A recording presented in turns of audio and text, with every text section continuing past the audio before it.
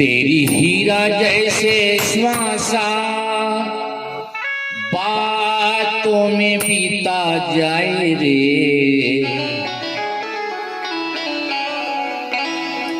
तेरी हीरा जैसे श्वासा बातों में बीता जाए रे। राम कृष्ण बोल, राम कृष्ण बोल, राम कृष्ण बोल, राम कृष्ण बोल। तेरी हीरा जैसी श्वासा बातों में बीता जाए रे। राम कृष्ण बोल, राम कृष्ण बोल, राम कृष्ण बोल, राम कृष्ण बोल। तेरी हीरा जैसे श्वासा हो, तेरी हीरा जैसे श्वासा बातों ही बीता जाए रे। राम कृष्ण बोल, कृष्ण राम बोल, राम कृष्ण बोल, कृष्ण राम बोल।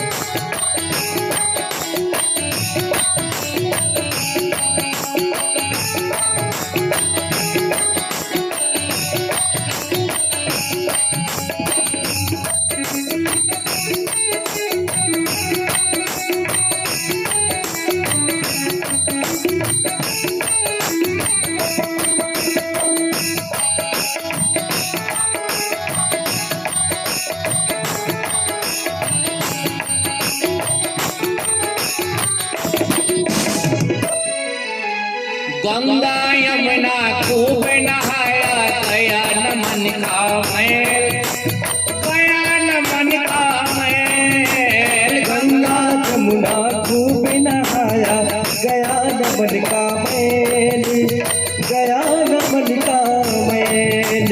हर धंधों में लगा हुआ है जो कोल्हू का बैल, जो कोल्हू का बैल। हर धंधों में लगा हुआ है जो कोल्हू का बैल, जो कोल्हू का बैल।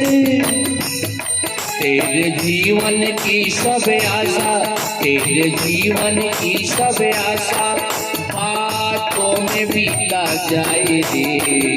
राम कृष्ण बोल, राम कृष्ण बोल, राम कृष्ण बोल, राम कृष्ण बोल। मेरी जीवन की अभिलाषा हो, तेरी जीवन की अभिलाषा बातों ही बीता जाए। राम कृष्ण बोल, कृष्ण राम बोल, राम कृष्ण बोल, कृष्ण राम बोल।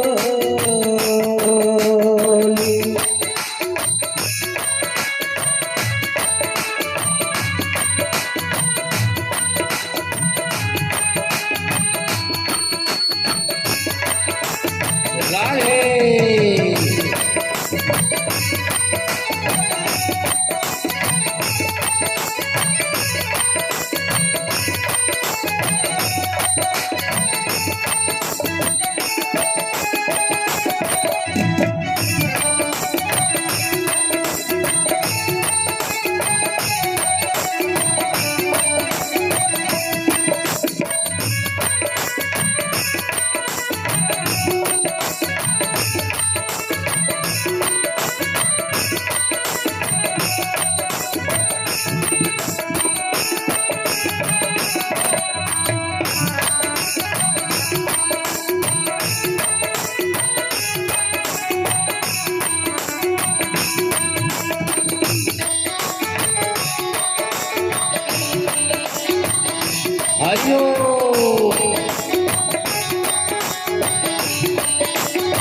किया न सत्संग आकर जग में, दिया न कुछ भी दान, दिया न कुछ भी दान, दिया न सत्संग आकर जग में, दिया न कुछ भी दान, दिया न कुछ भी दान। मेरी मेरी करके मूरख निकल जाएंगे प्राण, निकल जाएंगे प्राण। मेरी मेरी करता मूर्ख निकल जाएगा प्राण, निकल जाएगा प्राण। जैसे पानी बीच बतासा, जैसे पानी बीच बतासा, बातों में बीता जाए रे। राम कृष्ण बोल, राम कृष्ण बोल, राम कृष्ण बोल, राम कृष्ण बोल। जैसे पानी बीच बतासा, जैसे पानी बीच बतासा, बातों ही बीता जाए रे। राम कृष्ण बोल, कृष्ण राम बोल, राम कृष्ण बोल, कृष्ण राम बोल। तेरी हीरा जैसी श्वासा, जैसी श्वासा, बातों में बीता जाए रे। राम कृष्ण बोल, राम कृष्ण बोल, राम कृष्ण बोल, राधे कृष्ण बोल।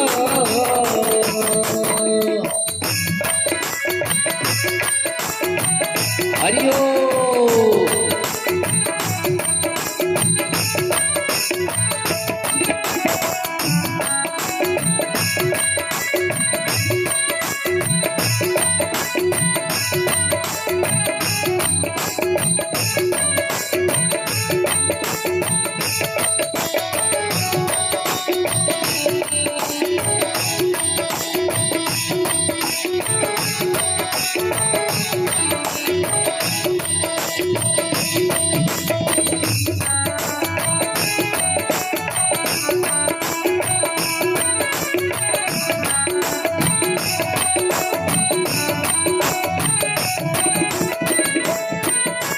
पाप गठरिया सर पर लादे, रहा भटकता रोज, रहा भटकता रोज। पाप गठरिया सर पर लादे, रहा भटकता रोज, रहा भटकता रोज। पाप गठरिया सर पर लादे, रहा भटकता रोज, रहा भटकता रोज। पाप गठरिया सर पर लादे, रहा भटकता रोज, रहा भटकता रोज। प्रेम सही राधा माधव की नहीं कुछ भी खोज, की नहीं कुछ भी खोज। प्रेम सहित राधा माधव की किया न तुमने खोज, किया न तुमने खोज। झूठा करता रहा तमाशा, झूठा करता रहा तमाशा, बातों में बीता जाए रे।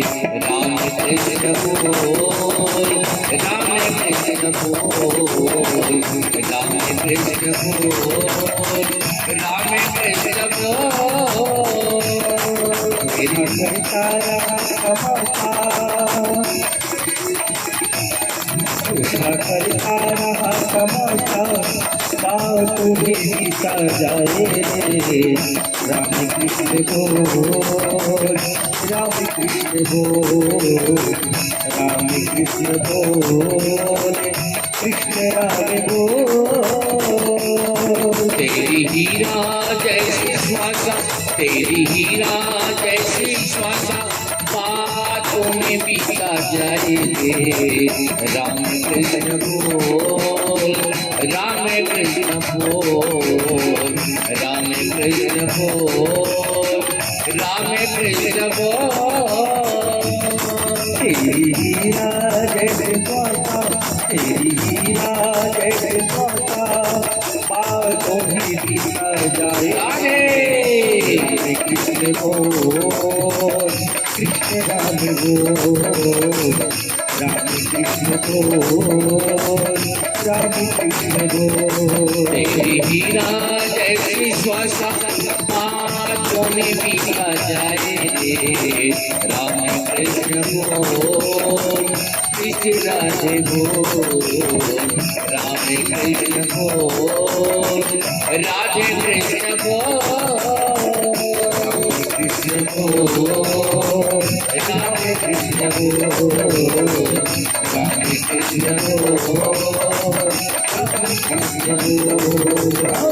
राधे कृष्ण बोल, राधे कृष्ण बोल, राधे कृष्ण बोल, कृष्ण राधे बोल। बोलिए श्रीमद् भागवत महापुराण की जय, संत समाज की जय हो। राधे राधे। आइए अब सुंदर कथा का सभी रसपान करें।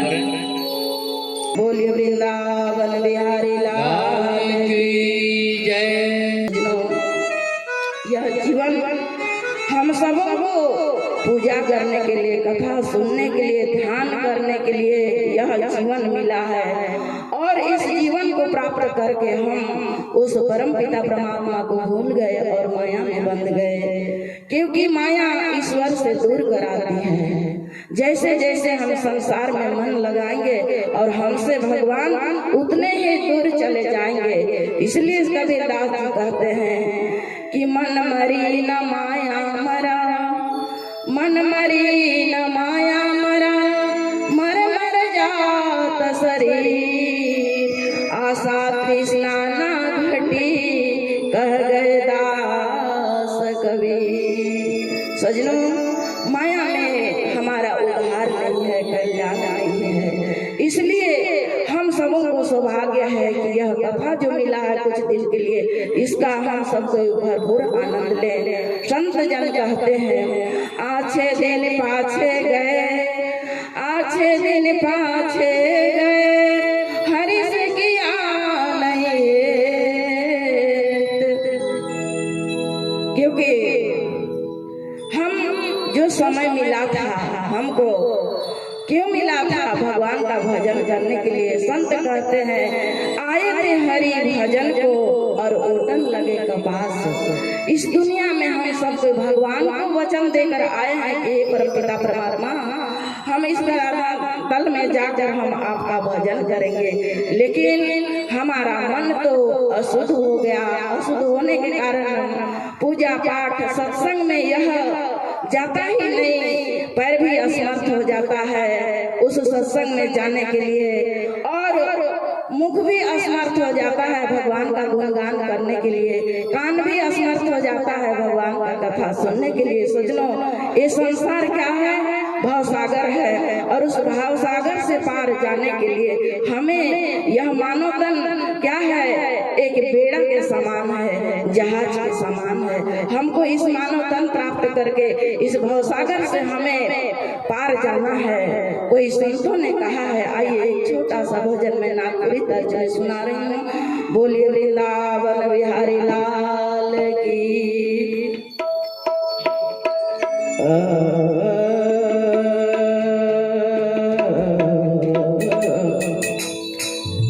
भूल गेली सत्य के डागा। हम सबों का सुंदर ये जो जीवन मिला है, भगवान का पूजा अर्चना कथा सुनते हुए यह जीवन व्यतीत होना चाहिए। क्योंकि जो मानव तन मिला है और मानव तन प्राप्त करके जो भगवान का कथा नहीं सुना, और उनका कान सांप के बिल के समान है, और जिनका हृदय भगवान के भक्ति से ओत-प्रोत नहीं पिघला, उनका दिल वज्र के समान कठोर है। इसलिए संत महात्मा कहते हैं, जिन हरि भगति हृदय नहीं आनी, और जीवत सब समान दे प्राणी। जिन हरि कथा सुनी नहीं काना, और श्रवण रंध्र यही भवन समाना। इसलिए हम सबों का यह जो जीवन बड़ा ही धन्य है। भगवान का कथा सुनते हुए यह जीवन बीते। ऐसे तो सभी लोग कथा के अधिकारी नहीं होते हैं। कबीर जी कहते हैं, कामी क्रोधी और लालची, कामी क्रोधी और लालची, इनसे भक्ति न हो। भक्ति करे कोई सूरमा, जाति वरण कुल हो।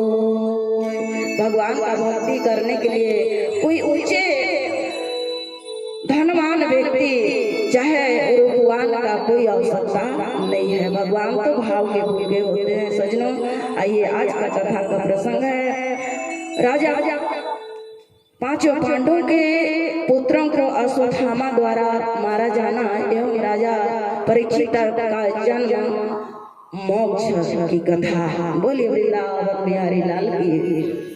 आइए, कथा उस समय का है जब महाभारत का युद्ध चल रहा था और कौरव 100 भाई थे और पांचों पांडु के पुत्र 5 थे और धृतराष्ट्र के 100 पुत्र थे और 100 पुत्र में से 99 पुत्र उस महाभारत के युद्ध में अपना प्राण त्याग टूट गया और वह धारा इस पृथ्वी पर धाराशायित हो गया।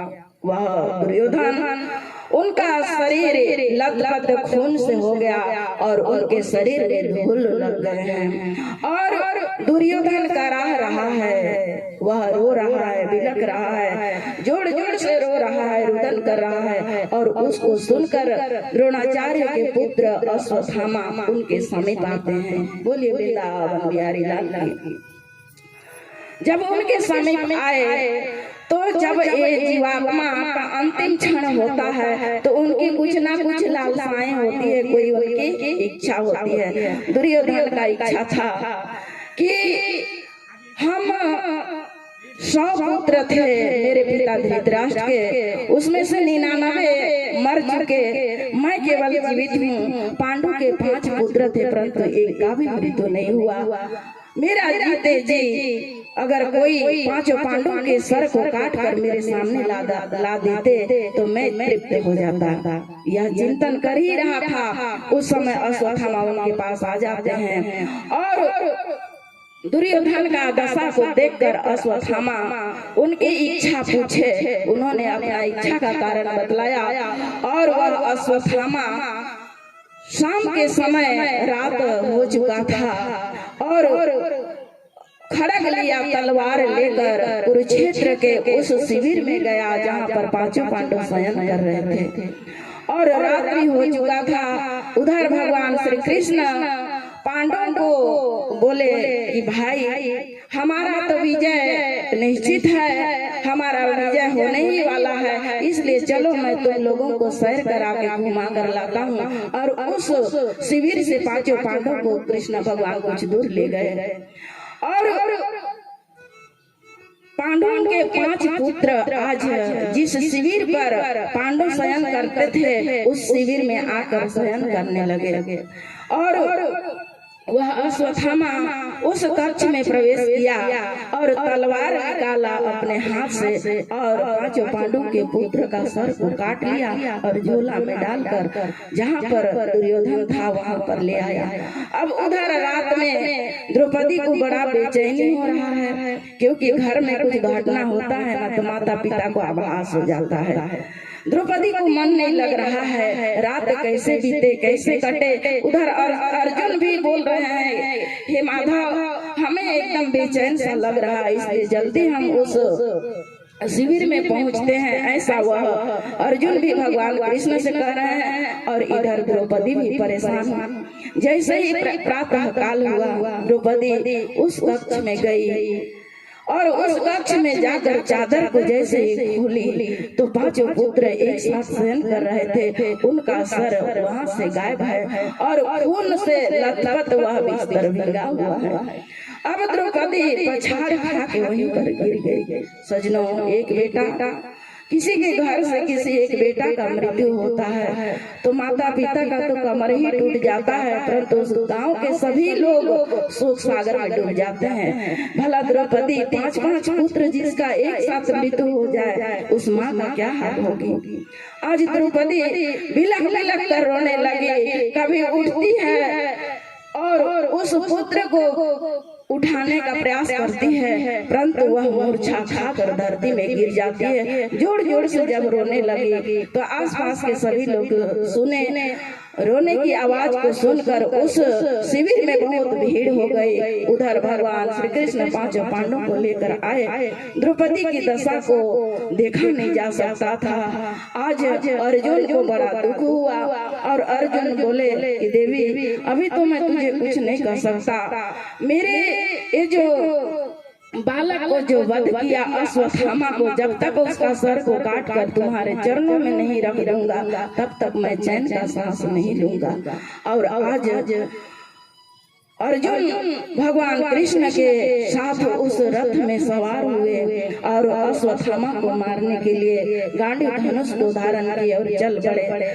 जब अश्वत्थामा को पता चला कि हमें मारने के लिए अर्जुन आ रहा है भगवान कृष्ण के साथ, जैसे ही पीछे मुड़ के देखा भगवान श्री कृष्ण उस रथ को चला रहे हैं और अर्जुन बैठा हुआ है। वो समझ गया कि अब मेरा मरना निश्चित है, मेरा प्राण संकट में है, इसलिए उन्होंने ब्रह्मास्त्र का संधान किया अश्वत्थामा। और वह ब्रह्मास्त्र इतना तेज था अग्नि की भांति, और उस तेज से सभी संसार के लोग त्राहिमाम करने लगे और अर्जुन को सहा नहीं जा रहा था उसका तेज। सूर्य भगवान जब गर्मी का समय होता है 12 बजे के बाद किसी को सहन शक्ति नहीं होता है, उसी प्रकार उसका इतना तेज था। और भगवान कृष्ण को अर्जुन बोलने लगे, कृष्ण कृष्ण महाभावो, कृष्ण कृष्ण महाबाहो। आइए एक छोटा सा संकीर्तन कारण ने कथा का बहुत सुंदर आनंद आ रहा है हम सबको। एक भक्त भगवान से, माता भगवती से, अपनी माँ से वो कह रहा है, आइए सुंदर भजन कहा लेते हैं। मैया ये दशा कैसी है हम गरीबों की। सब लोगों को गाना है। मैया ये दशा कैसी है हम गरीबों की। लगी ठोकरें ये खाई ठोकरें रे, लगी ठोकरें वो खाई ठोकरें, ये नसीबों की रे भैया। ये दशा कैसी है हम गरीबों की। ये दशा कैसी है हम गरीबों की। लगी ठोकरें खाई ठोकरें, लगी ठोकरें खाई ठोकरें, ये नसीबों से भैया। ये दशा कैसी बजाइए ताली। गरीबों की भैया ये दशा कैसी है हम गरीबों की रे भैया। ये दशा कैसी है हम गरीबों की। लगी ठोकरें खाई ठोकरें रे, लगी ठोकरें खाई ठोकरें, ओ नसीबों की रे भैया। ये दशा कैसी है हम गरीबों की रे मैया।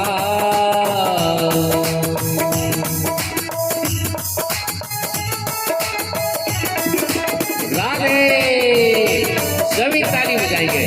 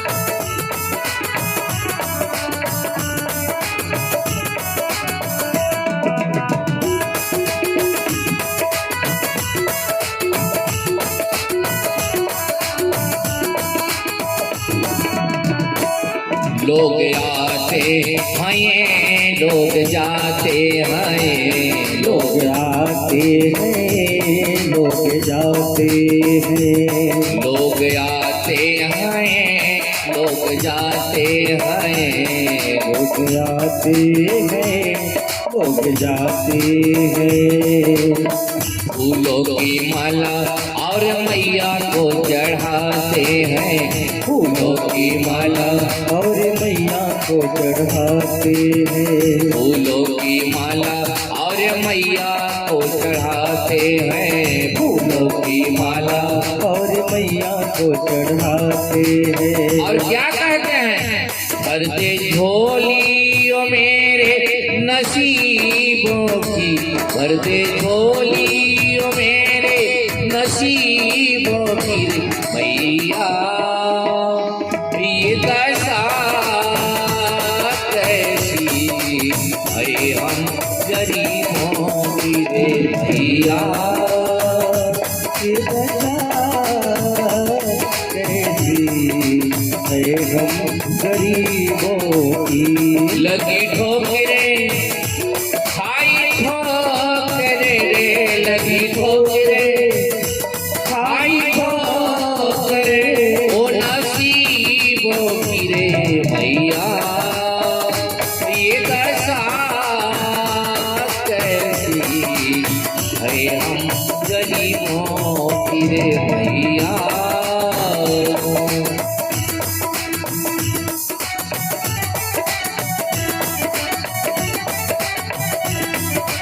हरिओम।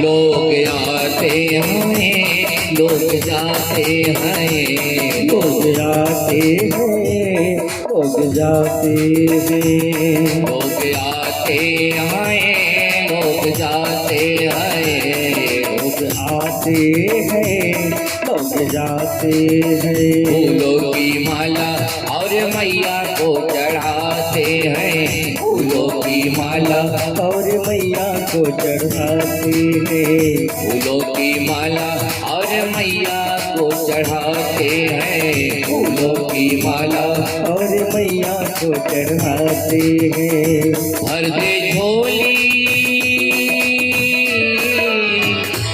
भर दे झोली ओ मेरे नसीबों की, भर दे झोली ओ मेरे नसीबों की रे मैया। ये दशा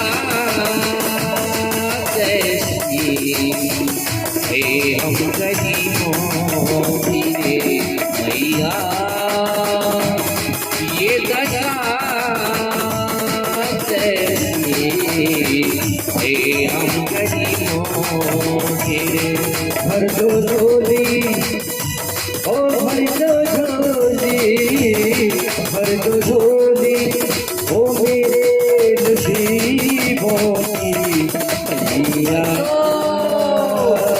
ये दशा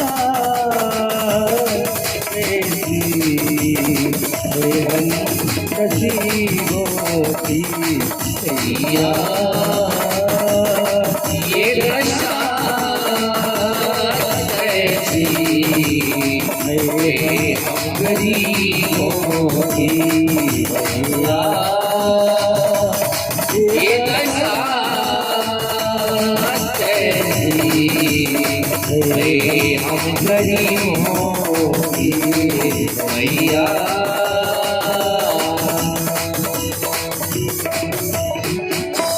राधे राधे।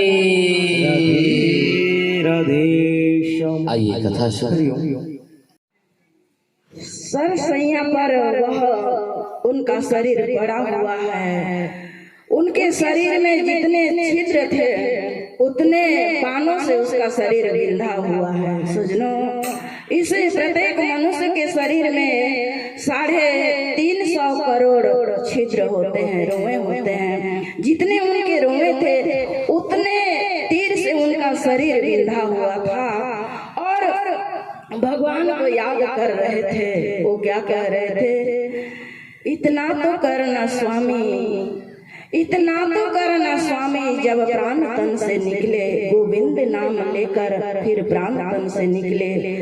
गंगा जी का तट हो, यमुना का बंसी ओट हो, मेरे सांवरे निकट हो जब प्राण तन से निकले।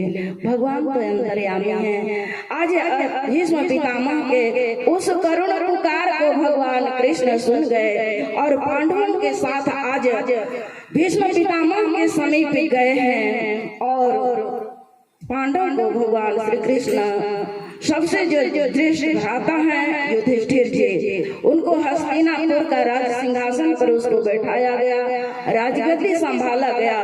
सजनों, कोई भी काम हम करने से पहले 100 बार विचार करना चाहिए। कोई भी काम को करने से पहले 100 बार सोचिए, फिर विचार करिए।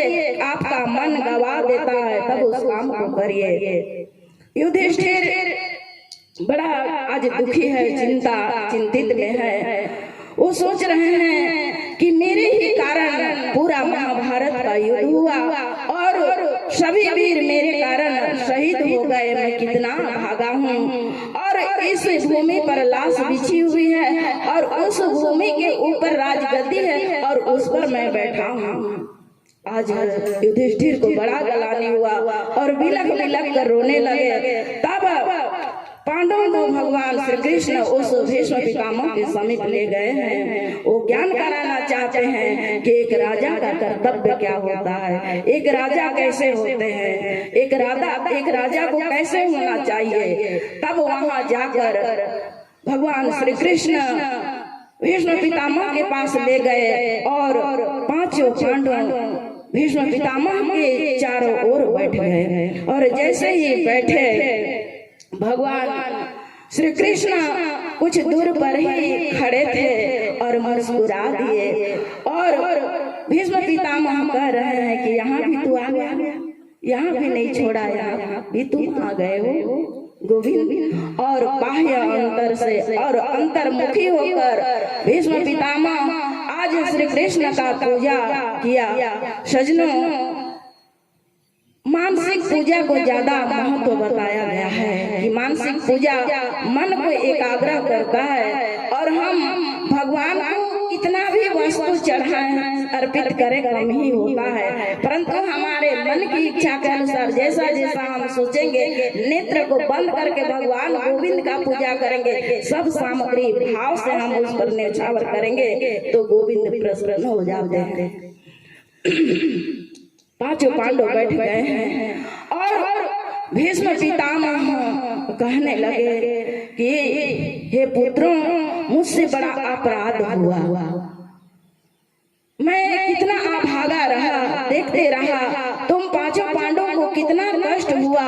कौरवों ने तुम्हें मारने के लिए लक्षागृह में तुमको बंद कर दिया और लड्डू में विष डालकर तुम्हें खिलाने का प्रयास किया, क्या क्या कष्ट नहीं झेला तुम लोगों ने। भगवान कृष्ण के साथ में होते हुए भी आप लोगों को अपार दुख मिला, लेकिन हे पुत्रों क्षमा करना, उस समय दुर्योधन का अन्न खाया था, इसलिए मेरा मन अशुद्ध हो गया था। उस समय मैं कुछ नहीं कर पाया। सजनों, शास्त्र कहता है कि जैसा खाएं अन्न वैसा बने मन, जैसा पिए पानी वैसा बने वाणी, और जैसा करें ध्यान वैसा ही मन हमारा शुद्ध हो जाता है। भीष्म पितामह कहे कि अन्न के प्रभाव से दूषित अन्न मैं दुर्योधन का खाया था, इसलिए मैं आप लोगों का कुछ नहीं कर पाया, परंतु आज मेरा मन निर्मल हो गया है। मेरे शरीर में जितने भी अशुद्ध था वह खून के धारा से प्रवाहित हो गया और मैं निर्मल हो गया। आज तुझे मैं कुछ ज्ञान उपदेश करता हूँ। आज भीष्म पितामह पांचों पांडवों को ज्ञान उपदेश करने लगे। कई प्रकार का धर्मों का उपदेश किए हैं। राज धर्म, दान धर्म, मोक्ष धर्म, स्त्री धर्म आदि आदि धर्मों का उन्होंने उपदेश दिया पांडवों को। सजनों, एक राजा को कैसे होना चाहिए, आज भीष्म पितामह पांडवों को कह रहे हैं एक राजा को कैसे होना चाहिए। तो कहते हैं मुखिया मुख सो चाहिए, मुखिया मुख सो चाहिए, खान पान कहो पालय पोसय सकल तुलसी सही विवेक। सजनों, राजा को कैसे होना चाहिए, मुख के समान होना चाहिए। इस मुख से हम कोई भी वस्तु ग्रहण करते हैं, 10 इंद्रियों में वह चला जाता है। तो एक राजा को मुख के समान होना चाहिए। और दान धर्म कहते हैं सजनों, आज दान कैसे देना चाहिए और किनको देना चाहिए। सजनों, दान हम स्वयं अपने लिए करते हैं, इसलिए गुरु ब्राह्मणों को अगर कोई दान भी देते हैं तो आपको अच्छा लगे वैसा ही वस्तु को दान करिए। भले ही एक वस्तु दीजिए, परंतु वो वस्तु को धारण करें, और जब जब उस वस्तु को धारण करें तब तब आपका याद करें, उसी में दान देने का कल्याण आता है। इस प्रकार से दान धर्म का उन्होंने उपदेश दिया। एक गांव में एक स्त्री रहती थी, भगवान भोलेनाथ का मंदिर था, और वह बाजार जाती थी और सड़ा सड़ा केला को लेकर आती थी, और भोलेनाथ के उस मंदिर में वह भोलेनाथ को अर्पण करती थी। भोलेनाथ समझ गए और उसको निसंतान थी, उसको पुत्र चाहिए था। समय काफी बीता, परंतु भोलेनाथ तो इतना दयालु है, अपने को भी बेच देते हैं, कुछ नहीं रखते हैं, इतना भक्तों के लिए सब कुछ समर्पित कर देते हैं। समय आया, कुछ दिन के बाद उस स्त्री के घर में एक पोलियो ग्रसित बच्चा का जन्म हुआ। बोले वृंदावन बिहारी लाल की। सजनों, सड़ा गला हुआ फल को रोज चढ़ाती थी और पुत्र मांगती थी। हम जैसा दान करेंगे, कहने का तात्पर्य है कि हम अच्छे वस्तु को दान करेंगे तो हमें अच्छा वस्तु मिलेगा, और इस लोक में हम दान करेंगे तो परलोक में वही वस्तु हम सबों को मिलेगा।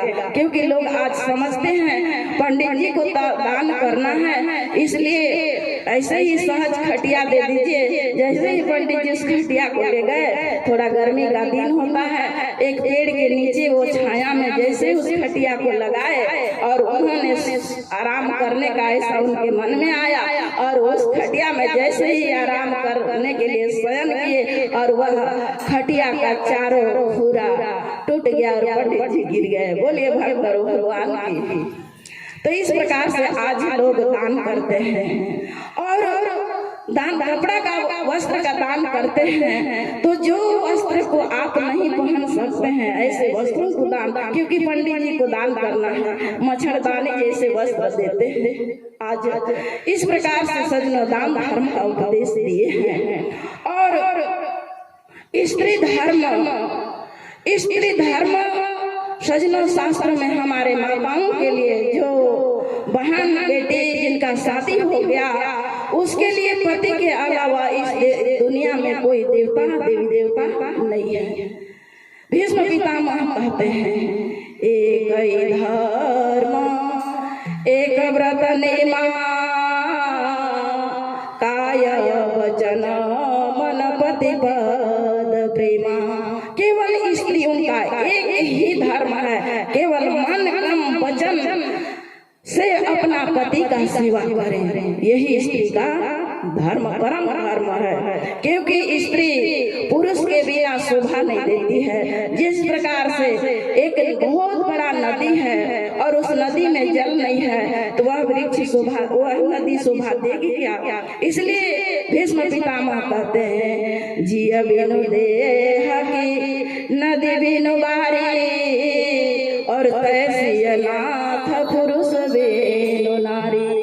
सजनों, यह शरीर है और इस शरीर में आत्मा नहीं रहेगी तो यह शरीर का कोई शोभा नहीं है। इस प्रकार से स्त्री धर्म का उपदेश दिए। उपदेश करते करते भीष्म पितामह का कंठ अवरोध हो गया और उस समय गोविंद का याद करते करते पांडवों को बोले कि हे पुत्रों, आप लोग थोड़ा मेरे से दूर हो जाइए। और उस समय उनको ध्यान भगवान श्री कृष्ण के चरणों में लगा। सजनों, आज भीष्म पितामह का ऐसे मृत्यु क्यों हुई? क्योंकि संत कहते हैं, जैसा हम कर्म करते हैं ना वैसा ही फल मिलता है। कर्म प्रधान विश्व करी राखा, और जो जस करे सो फल चाखा। एक बार भीष्म पितामह शिकार करने के लिए वन में जा रहे थे। एक कीड़ा उनके सामने वहां पर पड़ा हुआ था और भीष्म पितामह उस कीड़े को उस तीर के नोक से उठाए और एक कांटेदार वृक्ष पर उस कीड़े को डाल दिए और उस कीड़े का शरीर उस कांटेदार वृक्ष में चुभ गया। और उसी श्राप के कारण आज भीष्म पितामह को सरसैया पर उनको लेटना पड़ा और उसके शरीर में इतना बाण बिंध गया था। इस प्रकार से भीष्म पितामह भगवान का याद करते करते अपना प्राण को त्याग दिए। बोलिए भक्त और भगवान की। पांडव को लेकर भगवान हस्तिनापुर आए और वहां से विदा लेकर भगवान श्री कृष्ण द्वारिकापुरी चले गए। द्वारिकापुर में सब कोई को बड़ा आनंद आया और साथ में युधिष्ठिर जी महाराज अर्जुन जी को भी भेजे हैं। समय बीता 5-6 माह हो गया। उधर कुछ ऐसे घटना घटता है। यदुवंशियों के बालक एक दिन प्रभास क्षेत्र समुद्र के तट पर खेलने के लिए जाते हैं और दुर्वासा ऋषि का अपमान कर दिए। जामवंती के पुत्र शाम, उनके पेट पर वस्त्र को बहुत बांध दिया गया और गर्भवती का नौटंकी वह शाम करने लगा। यदुवंशियों ने ऋषियों का उपहास कर दिया। उन्होंने कहा कि हे ऋषिवर, मेरे पेट में लड़की जनेगी या लड़का का जन्म होगा, आप बताइए। तब दुर्वासा ऋषि क्रोधित हुए यदुवंशियों बालक के ऊपर और श्राप दे दिए, ना तो तेरे पेट में बेटी का जन्म होगा ना तो बेटा का जन्म होगा, तेरे पेट में एक लोहे का मुसल जन्म होगा। बोलिए भक्त और भगवान की। जैसे ही इन्होंने श्राप दिया, वस्त्र को हटा एक लोहे का मुसल वहां पर प्रकट हुआ और उसमें ही यदुवंशियों का विनाश होने का श्राप दुर्वासा जी दिए थे।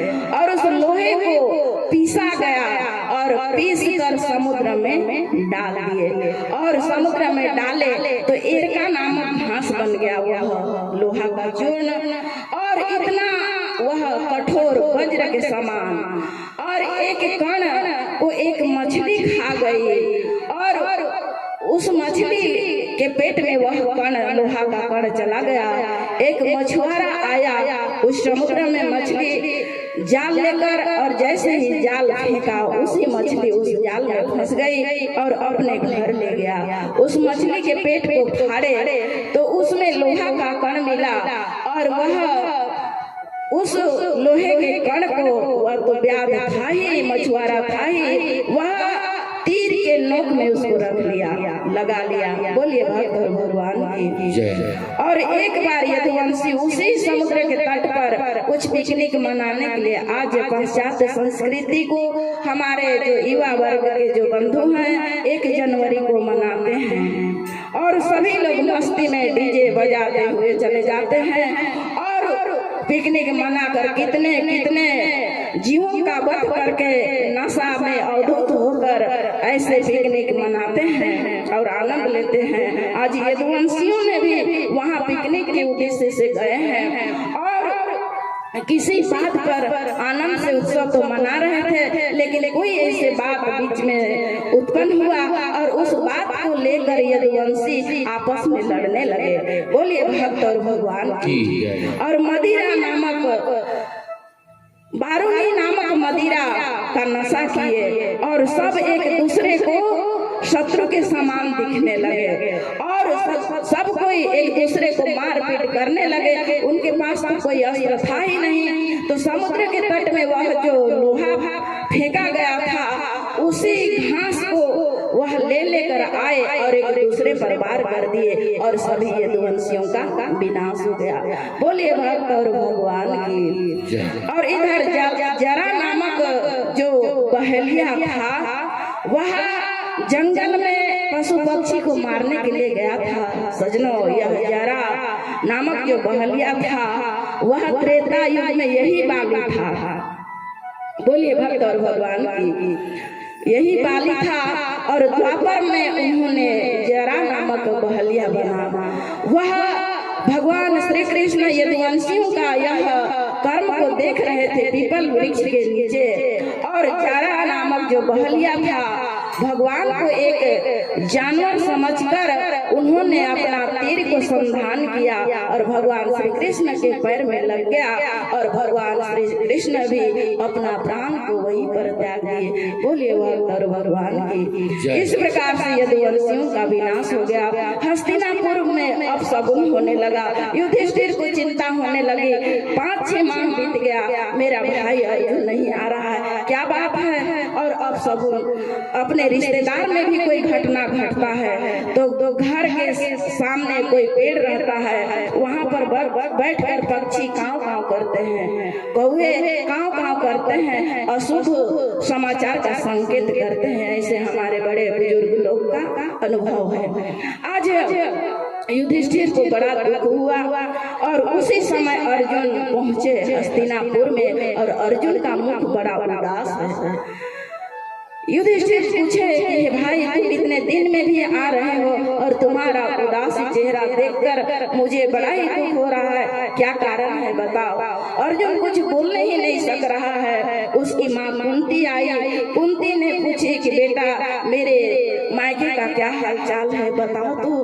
तब अर्जुन बड़े ही धीरज और धैर्य के साथ, क्योंकि सजनों 4 लोगों का परीक्षा विपत्ति काल में होता है।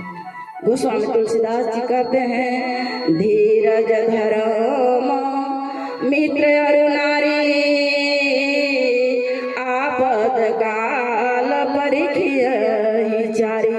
और जैसे ही कुंती को अर्जुन ने सूचना दिया कि यदुवंशियों का विनाश हो गया, विनाश शब्द सुनते ही कुंती वहाँ पर अपना प्राण त्याग दी। बोलिए भक्त और भगवान की। इधर राजा परीक्षित का जन्म हो चुका था। बड़े हुए युधिष्ठिर सोचे कि अब भगवान श्री कृष्ण ही इस धारा धाम में नहीं है तो हमारा रहना कोई मतलब ही नहीं है। इसलिए युधिष्ठिर ने वह परीक्षित को राजगद्दी पर बैठा दिए और उन्होंने भी स्वर्गारोहण का यात्रा किया। उन्होंने संकल्प किया कि अब मेरे भगवान ही नहीं है तो क्या जीना। आइए मनोज जी के द्वारा एक सुंदर भजन सुनते हैं जो पांडवों का जो 5 भाइयों का क्या भाव है वो साथी रे।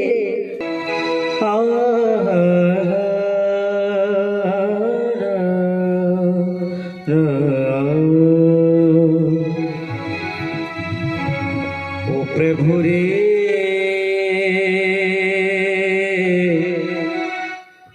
तेरे बिना भी क्या जीना, तेरे बिना भी क्या जीना।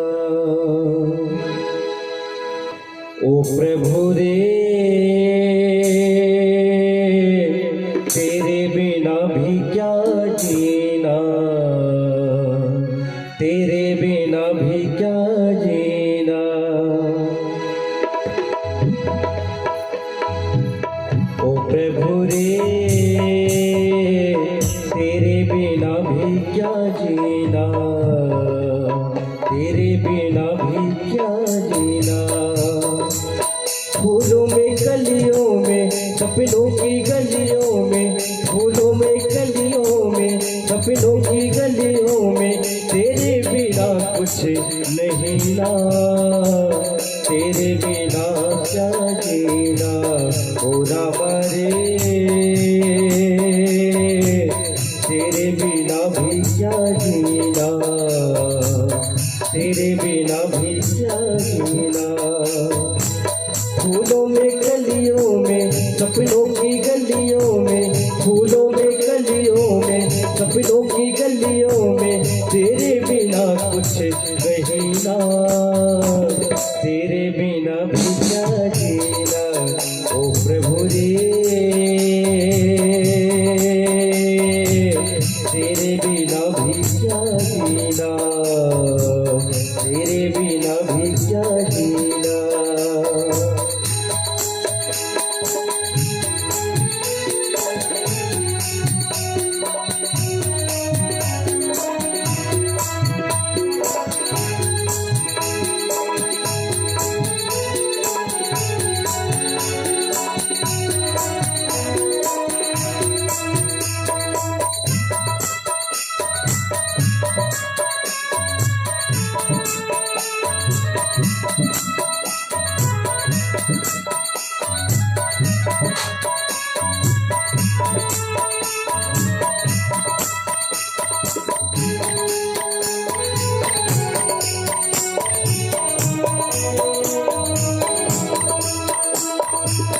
हर धड़कन में प्यास है तेरी, सांसों में तेरी खुशबू है। इस धरती से उस अंबर तक मेरी नजर में तू ही तू है। प्यारे तू देना, प्यारे तू देना, तू मुझसे रूठे ना, साथी छूटे ना, तू मुझसे रूठे ना, साथी छूटे कभी ना, तेरे बिना भी क्या जीना। ओ प्रभु रे, तेरे बिना भी क्या जीना, तेरे बिना भी क्या जीना। साथी छूटे ना, तू मुझसे रूठे ना, साथी छूटे ना, तू मुझसे रूठे ना, साथी छूटे कभी ना, तेरे बिना भी क्या जीना। ओ प्रभु रे, तेरे बिना भी क्या जीना, तेरे बिना भी क्या जीना।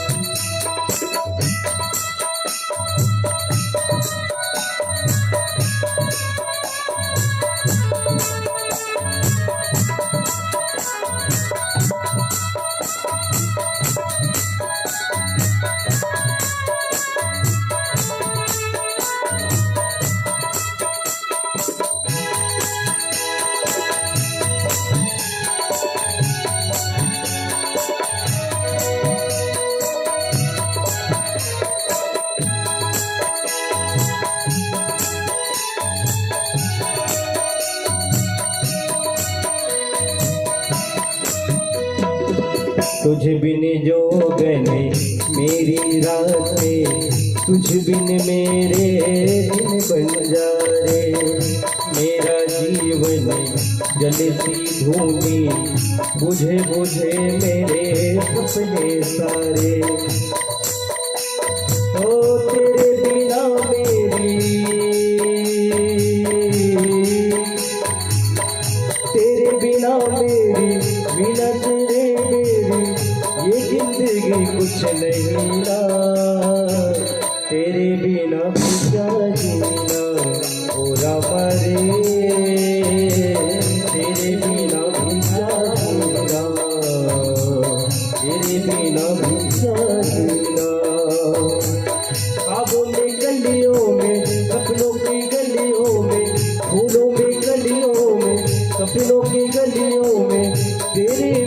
कुछ नहीं ना, तेरे बिना भी क्या जीना। ओ प्रभु रे तेरे बिना भी क्या जीना, तेरे बिना भी क्या जीना। ओ प्रभु रे तेरे बिना भी क्या जीना, तेरे बिना भी क्या जीना, तेरे बिना भी क्या जीना, तेरे बिना भी क्या जीना। और एक दिन राजा परीक्षित शिकार करने के लिए वन में गए, और वन में गए उनको जोर से प्यास लगी थी और एक आश्रम में पहुंच गए। उस आश्रम में समीक मुनि का आश्रम था और समीक मुनि भगवान के ध्यान में थे। उन्होंने समीक मुनि से जल मांगा, परंतु राजा परीक्षित को जल देने में असमर्थ हो गए और वह राजा परीक्षित को अपमान सा लगा। वो नाराज हो गए और सामने एक मरा हुआ सर्प था, उस धनुष बाण से उस सर्प को उठाए और समीक मुनि के गले में डाल दिए। और कुछ दूर पर उनका पुत्र श्रृंगी ऋषि खेल रहे थे। शिष्यों द्वारा पता चला कि आपके पिता के गले में कोई राजा मरा हुआ सर्प को डाल दिया है, और श्रृंगी ऋषि उसी समय श्राप दे दिया, जाओ आज से 7वें दिन जिन राजा ने भी मेरे पिता के गले में मरा हुआ सर्प डाला है, वह तक्षक को रूप लेकर उसको आज से 7वें दिन में उसको डसेगा और उसके डसने से उसका मृत्यु होगा। बोलिए भक्त और भगवान की। जब वह श्रृंगी ऋषि अपने पिता के सामने आए और जोर जोर से रोने लगे और समीक मुनि का ध्यान खुला। उन्होंने कारण को जाना कि राजा परीक्षित को इन्होंने श्राप दे दिया। एक उनके परम शिष्य थे गौरव नामक, और उन्होंने राजा परीक्षित के राजमहल में उनको भेज दिया और कहे कि जाओ, राजा परीक्षित के पास 7 दिन का समय है और 7 दिन में अपने मोक्ष के लिए कुछ कार्य कर ले जो कि उनका मुक्ति हो जाए। उनके पास 7 दिन का टाइम है। आज से 7वें दिन उनको तक्षक सर्प के डसने से उनका मृत्यु हो जाएगा। और गौरव नामक शिष्य गया। तब तक राजा परीक्षित अपने मुकुट को उतारा और उनको ख्याल आ गया मुझसे बड़ा अपराध हो गया। राजा परीक्षित उसी समय पूरा राज्य का कार्यभार, पूरा परिवार को त्याग दिए और अपना ज्येष्ठ पुत्र जन्मेजय जी को अपने राजगद्दी पर बैठाए और स्वयं राजा परीक्षित गंगा के तट पर चले गए और उत्तर दिशा की ओर मुख करके अनशन व्रत लेकर बैठ गए। जब इस समाचार को सभी लोगों ने जाना तो बड़े बड़े ऋषि महात्मा आज राजा परीक्षित जिस गंगा तट पर बैठे थे वहाँ सभी ऋषि मुनि 88,000 ऋषि मुनि आ गए और अनशन व्रत राजा परीक्षित इस प्रकार से कर रहे थे। और जन्मेजय जी को ऐसे पता चला कि मेरे पिता को आज से 7वें दिन सर्प डसने वाला है, तो उन्होंने जन्मेजय ने एक सर्प यज्ञ का आयोजन किया और उस हवन कुंड में सर्प आकर मरने लगे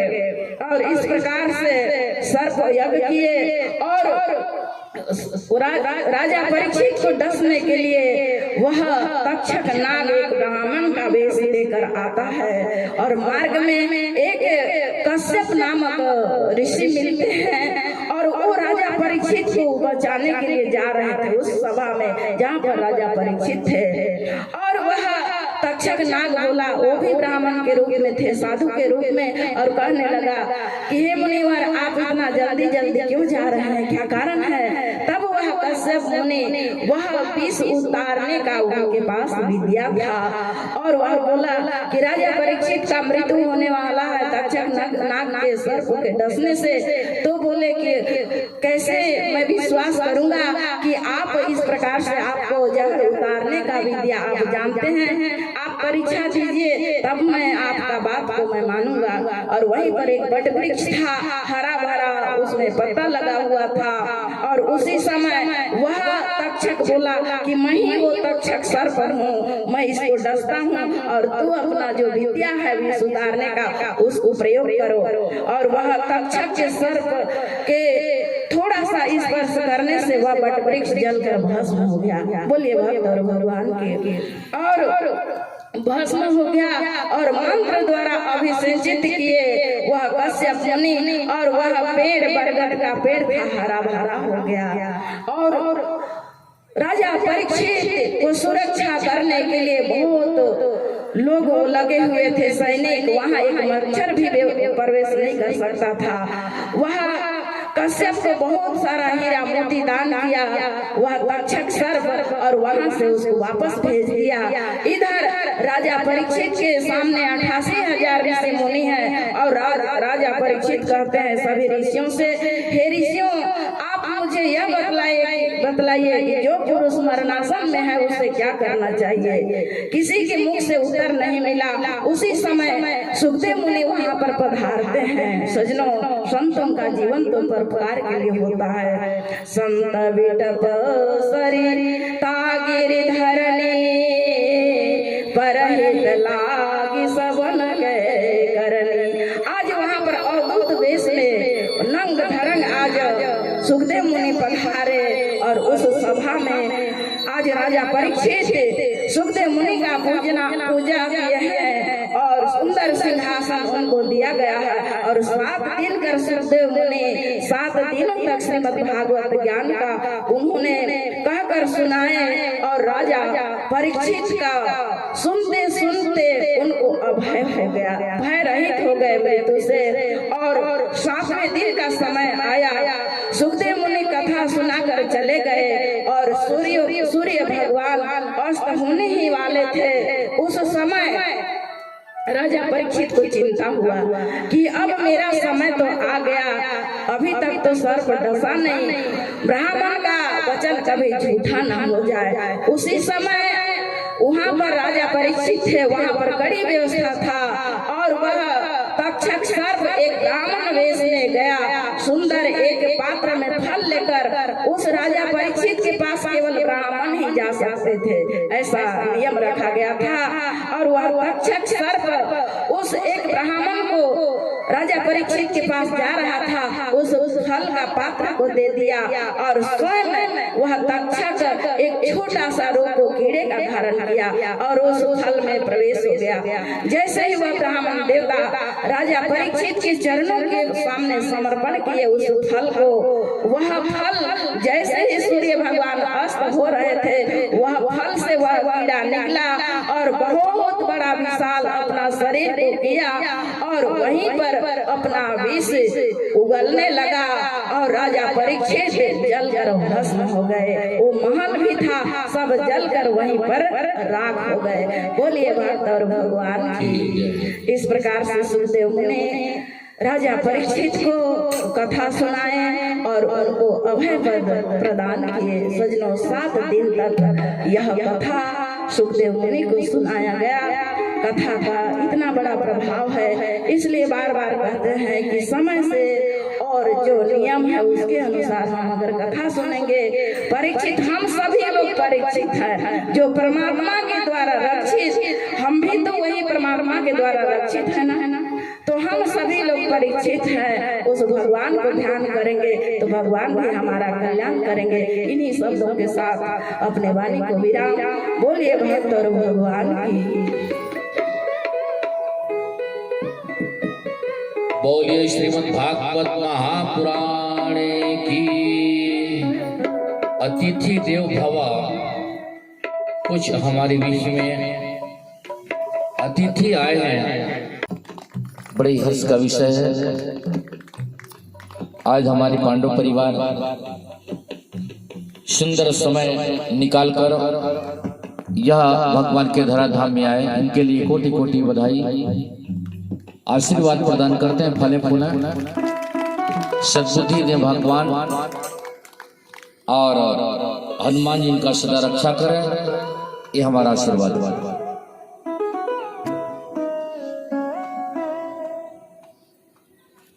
श्री राधे, जय माता दी।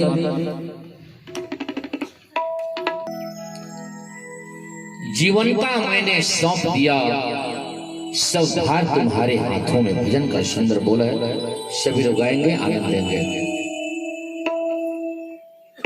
संगीत ढोली साथ जाएंगे।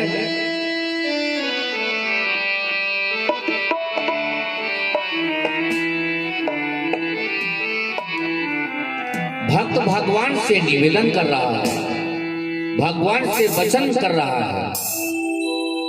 जीवन का मैंने सौंप दिया सब भार तुम्हारे हाथों में। भजन का सुंदर बोल। जीवन का मैंने सौंप दिया सब भार तुम्हारे हाथों में। जीवन का मैंने सौंप दिया सब भार तुम्हारे हाथों में। जीवन का मैंने सौंप दिया सब भार तुम्हारे हाथों में। जीवन का मैंने सौंप दिया सब भार तुम्हारे हाथों में।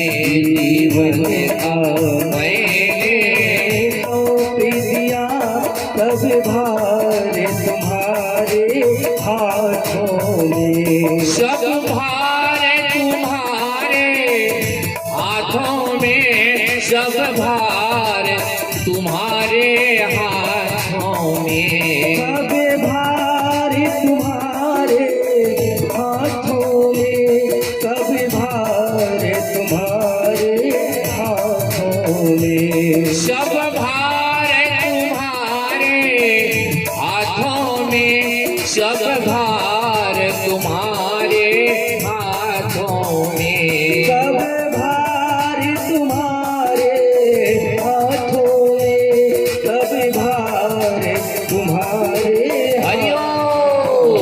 जीवन का मैंने सौंप दिया सब भार तुम्हारे हाथों में।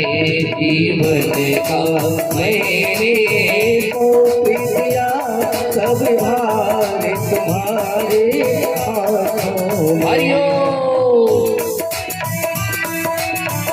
बजाइए ताली।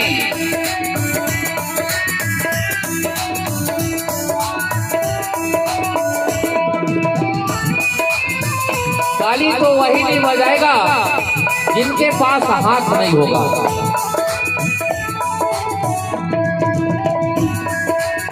हाथ भगवान दिए उनको जरूर ताली बजाएगा।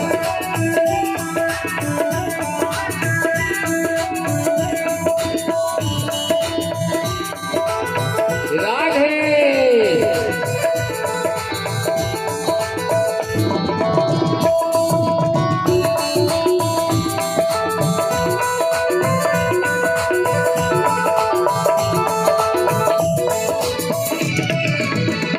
हम में तुम में है भेद यही, हम नर हैं तुम नारायण हो। हम में तुम में है भेद यही, हम नर हैं तुम नारायण हो। भगवान से भक्त कह रहा है कि आप हमारे में थोड़ा सा फर्क है, बस एकदम थोड़ा सा। कैसे थोड़ा सा फर्क है? तुम में हम में तुम में है भेद यही, हम नर हैं तुम नारायण हो। हम में तुम में है भेद यही, हम नर हैं तुम नारायण हो। हम हैं संसार के हाथों में, हम हैं संसार के हाथों में। संसार तुम्हारे हाथों में। हम हैं संसार के हाथों में, संसार तुम्हारे हाथों में। हम हैं संसार के हाथों में, संसार तुम्हारे हाथों में। हम हैं संसार के हाथों में, संसार तुम्हारे हाथों में। जीवन का मैंने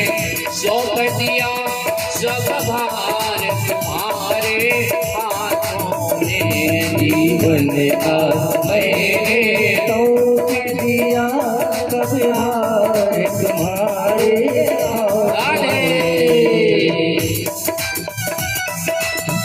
सभी ताली बजाइए।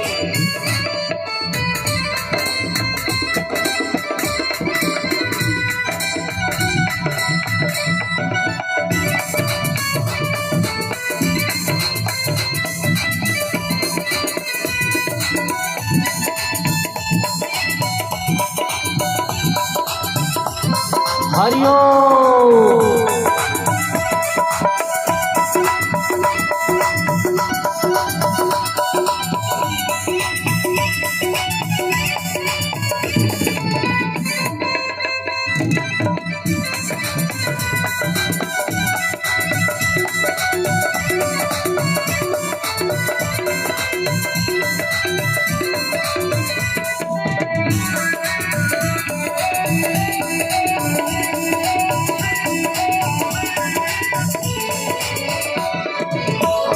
कल्पना बनाया करती है ये कैसे तू विरह के सागर में। कल्पना बनाया करती है एक से तू विरह की सागर में। कल्पना बनाया करती है ये कैसे तू विरह के सागर में। कल्पना बनाया करती है एक से तू विरह की सागर में। जिससे हम पहुँचा करते हैं, जिससे हम पहुँचा करते हैं उस पार तुम्हारे हाथों में। जिससे हमें पहुँचा करते हैं उस पार तुम्हारे हाथों में। जिससे हम पहुँचा करते हैं उस पार तुम्हारे हाथों में। जिससे हमें पहुँचा करते हरिओम। पार तुम्हारे हाथों में। उस पार तुम्हारे हाथों में, उस पार तुम्हारे हाथों में, उस पार तुम्हारे हाथों में, उस पार तुम्हारे हाथों में, उस पार तुम्हारे हाथों में। बोली श्रीमद् भागवत महापुराण की, विष्णु भगवान की। दिखाइए बल्कि आराम से।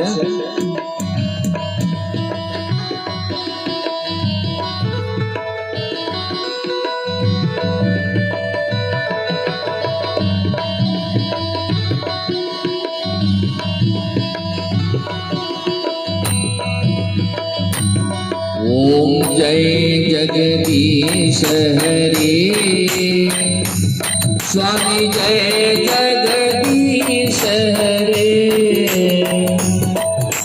भक्त जनों के संकट, दास जनों के संकट क्षण में दूर करे।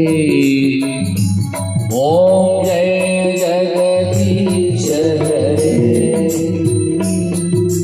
जो ध्यावे फल पावे, दुख बिन से मन का। स्वामी दुख दिन से मन का। सुख संपत्ति घर आवे, सुख संपत्ति घर आवे। कष्ट मिटे तन का। ओम जय जगदीश हरे। माता पिता तुम मेरे, शरण गौम की सखी। स्वामी शरण गौम की सखी। तुम बिना और न दूजा, तुम बिना और न दूजा। आस करूँ किसकी। ओम जय जगदीश हरे। तुम पूर्ण परमात्मा तुम अंतर्यामी स्वामी तुम अंतर्यामी पार ब्रह्म परमेश्वर पार ब्रह्म परमेश्वर तुम सबके स्वामी ओम जय जगदीश हरे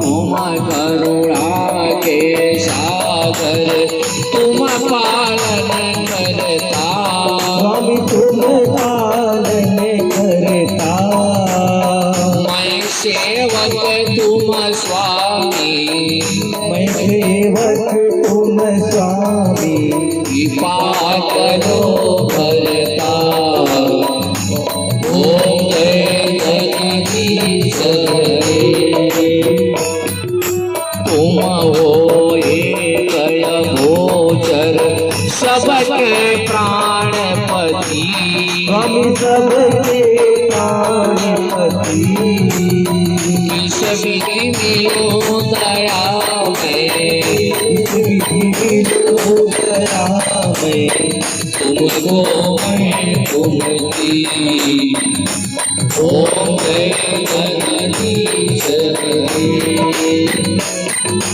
दीन बांधो हरता तुम्हारा खंड मेरे स्वामी तुम ठाकुर मेरे अपने हाथ उठाओ अपने शरण लगाओ पार पड़ा तेरे ओम जय जगदीश हरे विषय विकार मिटाओ पाप हरो देवा स्वामी पाप हरो देवा श्रद्धा भक्ति बढ़ाओ प्रथा भक्ति बढ़ाओ संतन की सेवा ओम जय जगदीश हरे तन मन धन सब है तेरा स्वामी सब कुछ है तेरा मेरा तुझको अर्पण तेरा तुझको अर्पण सारा दे मेरा ओम जय जगदीश हरे श्री जगदीश की आरती जो कोई नर गावे स्वामी जो कोई जन गावे कहत शिवानंद स्वामी जगत शिवानंद स्वामी शुभ शाम प्रतिभारे ओम जय जगदीश हरे ओम जय जगदीश हरे ओम जय जगदीश हरे कर्पूर गौरम करुणावतार संसार सारम भुजगे सदा वसंतम हृदयारविंदे त्वां भवानी सहितं नमामि भवानी सहितं नमामि त्वमेव माता च पिता त्वमेव त्वमेव बन्धो च सखा त्वमेव त्वमेव विद्या च विडं त्वमेव त्वमेव सर्वं मम देव देव त्वमेव सर्वं मम देव देव भक्ति दान मोहि दीजिए गुरुदेवन के देव और नहीं कछु चाहिए निस दिन तुम्हारे सेव बार बार बर मांगो हर्ष देव श्रीरंग पद सरोजन पायनी भक्ति सदा सतसंग नाथ मोहिन विसारियो लाख लोग मिल जाए, मुझसे आपको बहुत है, आपस मुझको ना। मुझसे आपको बहुत है, आपस मुझको